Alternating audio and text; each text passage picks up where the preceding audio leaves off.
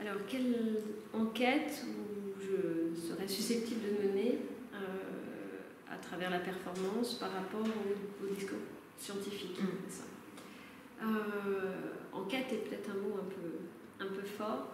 En tout cas, au sein du laboratoire du geste, ce qui nous intéresse depuis un certain nombre d'années, c'est de voir comment on peut remodeler les modalités de production de pensée autour, en l'occurrence, déjà des pratiques artistiques contemporaines, plus précisément tout ce qui relève de la performance. Mais on a poussé un petit peu la réflexion à se demander dans quelle mesure la performance, dans sa manière, dans ses modes d'effectuation, elle ne pouvait pas être déjà, au-delà d'être un sujet de recherche, être aussi une modalité de recherche. Donc on a élaboré pour le moment deux protocoles qui sont dans ces lisières-là, qui s'activent plutôt essentiellement dans des cadres scientifiques, de colloques internationaux, symposiums, etc. Donc avec des attentes de reformulation de questions par cette modalité qui est la performance. Aussi parce que, du moins dans ce que j'en ai saisi, des retours, c'est que clairement le public qui assistait à cette activation n'avait sûrement pas suffisamment la connaissance du contenu avec lequel nous agissions. Donc les règles étaient un petit peu différentes de part et d'autre. Donc voilà, on débat. Ils ont débattu des modalités que l'on a exposées, plus qu'une hypothèse qu'on a potentiellement dépliée.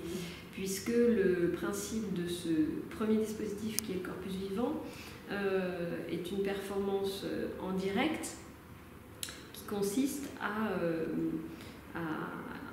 être activée par plusieurs équipes, enfin en tout cas par 3-4 binômes, et où on travaille avec un corpus commun, et on va élaborer ensemble un schéma, une sorte de mind mapping avec l'ensemble de ces documents. Et ce schéma se fait presque par jeu de rebond, c'est-à-dire qu'un binôme propose un document et le second binôme va quasi aussitôt répondre à un deuxième document en rebond, en réponse, en opposition, en contraste, etc. Donc on a une fabrication de mise en lien qui se fait en direct, qui ne prend pas les chemins orthodoxes de la recherche. Oui, la production d'un plan micro dans le cadre de ce dispositif. Quelque part, c'est pour reprendre un petit peu une expression, mais qu'est-ce qu'on a sur la table et avec quoi on traite. Donc là, on va mettre sur la table les éléments, mais au sens, dans un premier temps, presque premier, c'est-à-dire qu'on va tout poser au sol. Sauf qu'on ne va pas les ranger, les catégoriser de manière relativement objective, parce que la question de l'objectivité arrive assez vite dans votre question. Et c'est plutôt, et c'est là, me semble-t-il, un des aspects passionnants de ce dispositif, c'est que c'est une pensée collective qui va se faire. C'est un traitement collectif et une mise en réseau collectif des éléments qui va se faire et qui se fait en direct. Donc on n'a pas une méthode préalable pour organiser tout ça. Par rapport à ce renversement, je dirais, de cette cartographie qui se fait au sol, parce qu'elle a quand même qui dit cartographie dit forcément éléments pour organiser un minimum l'espace, c'est le système commence par la mise en situation dans l'espace de 4 mots piliers qui vont constituer les pays dont vous parliez, en tout cas, qui vont constituer les bases à partir duquel on va construire le schéma. C'est-à-dire qu'après, tout le schéma et les réseaux de sens vont se faire par effet de proximité ou d'éloignement par rapport à ces mots en particulier. et dans la manière aussi dont on va positionner les différents documents. Donc j'aurais tendance à dire que sur l'enquête initiale dont on parlait tout à l'heure, c'est que déjà le choix de ces mots fait déjà effet herméneutique et assez majeur pour qu'après on est obligé de se positionner par rapport à ça. Voilà. Donc on n'est en définitive pas du tout objectif dans cette histoire.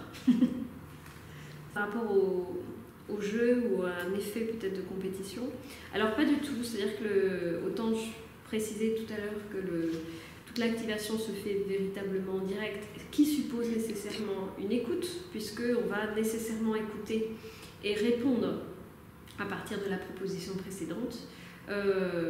Donc l'écoute est assez fine et complexe à avoir pour toutes les personnes qui prennent part à cette activation.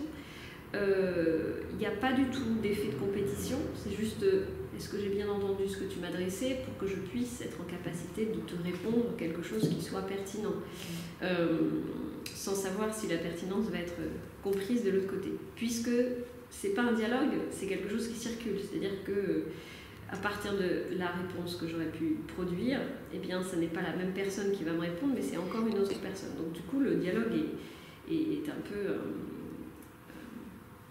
tourne un peu en spirale, quoi. Donc, le challenge, il est plutôt sur la manière dont on va être en capacité, de manière plus ou moins rapide, de répondre et d'être à la fois pris dans l'instantanéité d'une réponse et la conscience des mécanismes que l'on a engagés pour pouvoir répondre.